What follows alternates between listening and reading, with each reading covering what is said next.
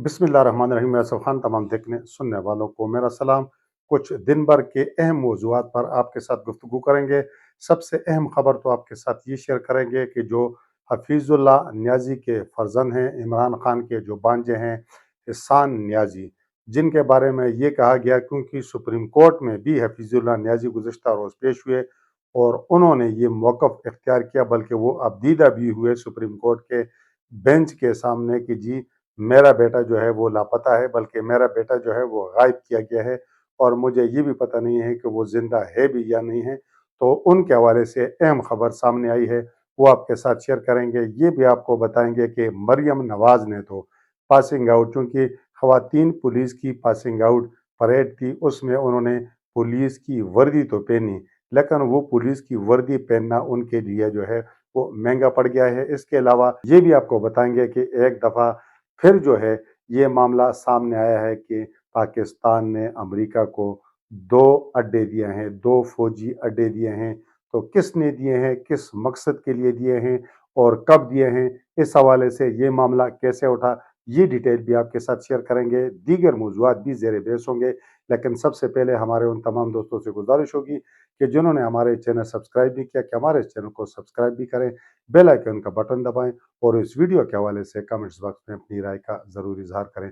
तो शुरुआत करेंगे। वज़ीर आला पंजाब मरियम नवाज़ ने चूँकि पुलिस ट्रेनिंग सेंटर चौंग में ख़वातीन पुलिस एहलकारों की पासिंग आउट परेड की तकरीब में बतौर मेहमान खसूसी शिरकत की।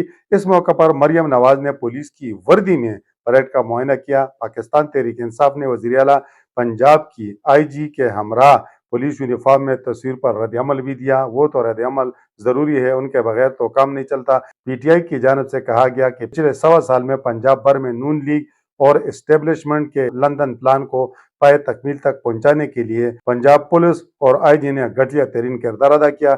हजारों कारकुन गिरफ्तार किए गए, सैकड़ों जख्मी किए गए, लोगों के घर तोड़े गए, चादर चारदीवारी का तकद्दस पामाल किया गया, गैर कानूनी रेड और अगवा बराए बयान को बतौर सियासत जो है इस्तेमाल किया गया। इसलिए इन तमाम किरदारों को इकट्ठा देखकर अवाम की नफरत में मजीद इजाफा ही होता है।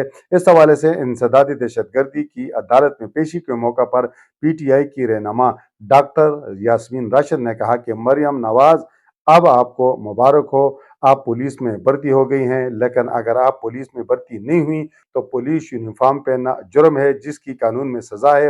मरियम नवाज के खिलाफ कानूनी कार्रवाई होनी चाहिए। IG पंजाब इस गफलत का जिम्मेदार है। जो बंदा पुलिस में ना हो वो यूनिफॉर्म पहने, वो जुर्म करता है, ये उन्होंने कहा है। दूसरी जानब वज़ीर आला पंजाब मरियम नवाज के खिलाफ पुलिस वर्दी पहनने पर मुकदमा दर्ज करने की दरख्वास्त जो है वो दायर कर दी गई है। पंजाब पुलिस की वर्दी पहनने पर मरियम नवाज के खिलाफ मुकदमा दर्ज करने की दरख्वास्त लाहौर की सेशन कोर्ट में दायर की गई है। ये दरख्वास्त आफ्ताब बाजवा एडवोकेट की वसातत से दायर की गई है, जिसमें मौक़िफ़ इख्तियार किया गया है कि मरियम नवाज ने पुलिस ऑफिशियल की वर्दी पहनी, जबकि कानून के तहत कोई भी गैर मुतल्लका शख्स रियासती अदारों की वर्दी नहीं पहन सकता। पुलिस को मरियम नवाज के खिलाफ दरख्वास्त दी मगर कार्रवाई नहीं हुई। अदालत पुलिस की वर्दी पहनने पर मरियम नवाज के खिलाफ मुकदमे के अंदराज का जो है वो हुक्म दे। ये दरख्वास्त जो है ये भी सामने आई है। अब इस हवाले से कुछ लोग मुख्तलिफ जो हैं बातें भी कर रहे हैं।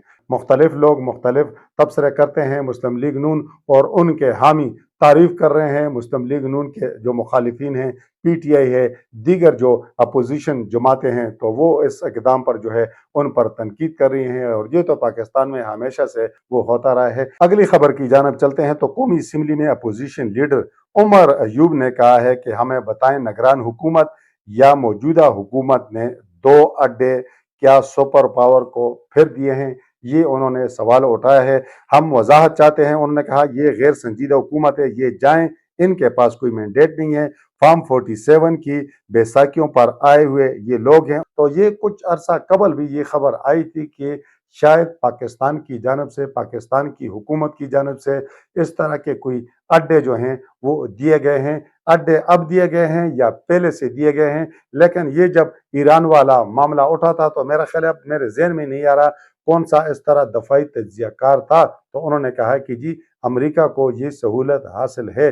अब चूंकि उमर अयूब ने खुल कर ये बात उठाई है, खुल कर ये मामला उठाया है कि हमें बताया जाए कि मौजूदा हुकूमत ने सुपर पावर को ये अड्डे दिए हैं या जो निगरान हुकूमत थी उसने दिए भी हैं या नहीं दिए हैं। उन्होंने कहा कि हम वजाहत चाहते हैं। तो मेरा ख्याल है वफाकी हुकूमत का इस हवाले से फ़र्ज बनता है कि अपोजिशन की इस बात का जो है वो जवाब दे। मुस्लिम लीग नून के हवाले से एक और खबर भी शेयर कर लेते हैं। राना सनाउल्लाह उन्होंने भी आजकल जो है कड़वा सच जो है वो बोलना शुरू कर दिया है और उन्होंने डॉन न्यूज़ के प्रोग्राम में आदिल शाहजेब के साथ गुफ्तगू में कहा कि सन 2018 में पीटीआई कंधों पर बैठ कर आई तो कोई एतराज नहीं था।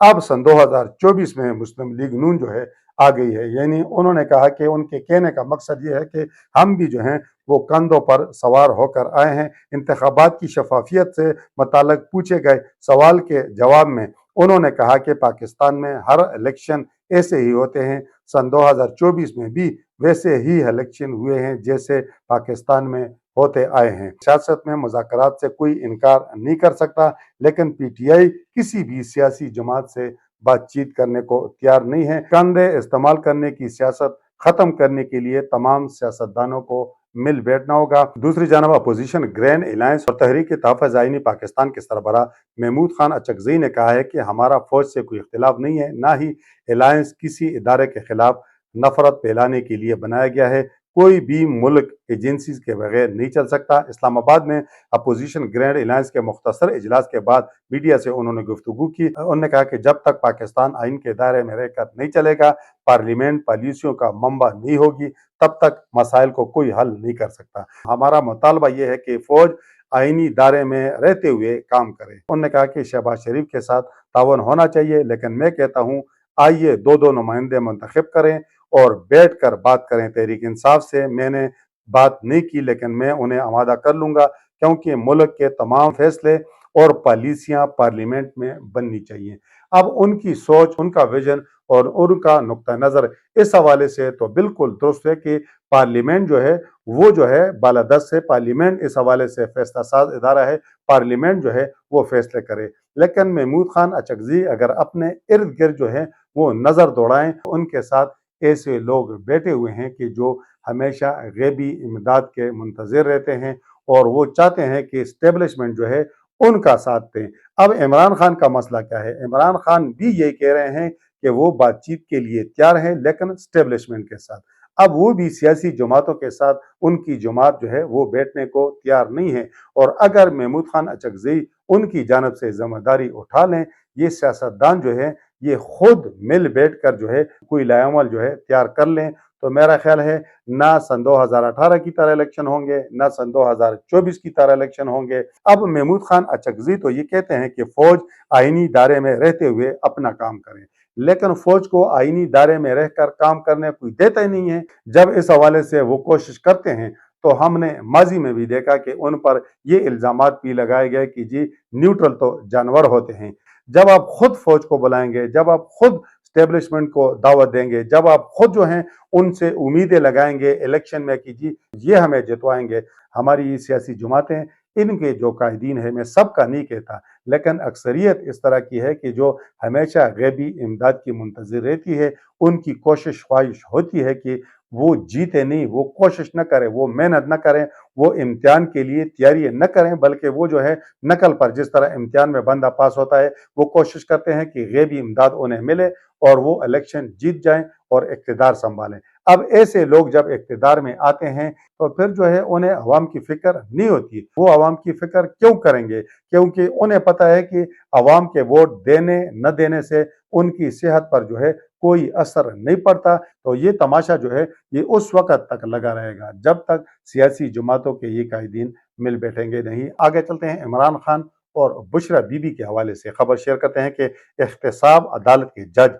नासिर जावेद राना ने फेयर ट्रायल की बानी पीटीआई की दरख्वास्त पर बड़ा हुक्म जारी कर दिया, जिसमें अदालत ने दौरान ट्रायल कमरा अदालत में रियासती इदारों, इनके ऑफिशियल्स के खिलाफ इशारतन बात करने से भी उन्हें रोक दिया है। हुक्मनामे के मुताबिक इल्ज़ाम है कि बानी पीटीआई ने रियासती इदारों की قابل عزت شخصیت کے خلاف سیاسی اشتعال انگیز اور متعصبانہ بیانات دیے ہیں۔ انہوں نے آرمی چیف کے خلاف یہ بیانات دیے ہیں، اس میں تو کوئی شک نہیں ہے، جبکہ عدلیہ، پاک آرمی اور آرمی چیف کے حوالے سے بیانات عدالتی ڈیکورم میں خلل ڈالنے کے مترادف ہیں۔ یہ کہا گیا ہے ایسے بیانات انصاف کی فراہمی کے عمل میں بھی رکاوٹ کا سبب بنتے ہیں۔ انہوں نے مزید کہا کہ کورٹ ڈیکورم اور فیئر ٹرائل کے تقاضوں کا خیال رکھنا عدالت کی ذمہ داری ہے۔ عدالت نے حکم دیا جیل حکام جیل کو عید سے پہلے کی پوزیشن پر بحال کریں، جبکہ ریاستی اداروں اور ان کے افیشل کے حوالے سے اشارے سے بھی ملزمان سیاسی اشتعال انگیز متعصبانہ بیانات نہیں دیں گے۔ میڈیا اپنی رپورٹنگ کو بھی عدالتی پروسیڈنگ کی حد تک محدود رکھے گا اور ٹرائل کی عدالتی کارروائی کے درمیان ملزمان کے بیانات میڈیا وہ رپورٹ نہیں کرے گا۔ اب احتساب عدالت نے تو اس حوالے سے ایک سخت حکم جاری کر دیا ہے، لیکن دیکھتے ہیں کہ اس پر عمل درآمد وہ کس حد تک ممکن ہوتا ہے۔ آخر میں آتے ہیں جو سب سے اہم خبر ہے جو ہم نے آپ کے ساتھ ابتدا میں شیئر کی تھی، وہ تھی احسان اللہ نیازی کے حوالے سے، جو حفیظ اللہ نیازی کے فرزند ہیں اور پی ٹی آئی کے بانی قائد عمران خان کے وہ بانجے ہیں۔ چونکہ ان کے والد وہ گزشتہ روز سپریم کورٹ میں بھی آئے کہ جب سپریم کورٹ وہ سویلین کے ملٹری ٹرائل کے حوالے سے کیس کی سماعت کر رہا تھا، جو 6 رکنی بینچ ہے، تو انہوں نے جو بینچ کے سربراہ ہیں جسٹس امین الدین خان، ان سے درخواست بھی کی تھی اور خاصے ابدیدہ بھی ہو گئے تھے۔ انہوں نے کہا تھا کہ میرا بیٹا عید کے بعد سے ہماری اس سے ملاقات نہیں کرائی جا رہی۔ انہوں نے کہا کہ اب ہمیں یہ پتہ نہیں ہے کہ وہ زندہ بھی ہیں، یا انہوں نے اس خدشے کا اظہار کیا کہ زندہ نہیں بھی ہیں۔ انہوں نے کہا کہ ہمیں اس حوالے سے معلومات دی جائے۔ ساتھ انہوں نے یہ بھی کہا کہ ان کے خلاف ملٹری کورٹس میں جو ٹرائل چل رہے ہیں، تو انہوں نے کہا کہ وہ ایک الگ معاملہ ہے، لیکن فیملی کے ساتھ ملاقاتوں پر پابندی ہے، بلکہ جہاں پر انہیں رکھا گیا تھا اب وہ وہاں پر نہیں ہے۔ تو اس حوالے سے میڈیا میں بھی کافی دنوں سے خبریں آ رہی تھی، تشویشناک خبریں آ رہی تھی، مختلف قسم کی افواہیں پھیل رہی تھی، مختلف قسم کی تشویشناک باتیں کی جا رہی تھی، لیکن اب اس حوالے سے اطلاعات ہیں، چونکہ جو بینچ کے سربراہ تھے، چونکہ بینچ تو ٹوٹ گیا تھا، لیکن جو اس کے سربراہ تھے جسٹس امین الدین خان، انہوں نے اٹارنی جنرل کو اس وقت بلا کر کہا تھا کہ ان کا یہ معاملہ یہ حل کیا جائے، اور اب اطلاعات یہ ہیں کہ حفیظ اللہ نیازی ان کی فیملی کی وہ احسان اللہ نیازی کے ساتھ ملاقات کرا دی گئی ہے۔ تو یہ بڑی خوشائن بات ہے، ان کی فیملی کو کم از کم اعتماد ہو گیا ہے، تسلی ہو گئی ہے، اور کئی دنوں سے ان کے ذہن میں جو خدشات تھے، جو ان کے دماغ میں وسوسے آ رہے تھے، تو میرا خیال ہے اس ملاقات کے بعد انہیں اطمینان ہوا ہوگا۔ اور اب چونکہ سپریم کورٹ نے اس معاملے پر 9 رکنی بینچ تشکیل دینا ہے کہ آیا سویلین کا ملٹری کورٹس میں ٹرائل ہو سکتا ہے یا نہیں، اب وہ فیصلہ کرے گا۔ تو یہ جو ملزمان ہے 9 مئی کے، یہ جو ملزمان ہے جن کی تعداد اب 85 ہے، 20 کی رہائی تو عید سے قبل ممکن ہو گئی تھی، 85 اس طرح کے ملزمان ہیں جنہیں ملٹری کورٹس میں ٹرائل کا سامنا ہے، اور سپریم کورٹ اس حوالے سے کوئی فیصلہ دے گی تو ان کے معاملات وہ آگے چل سکیں گے۔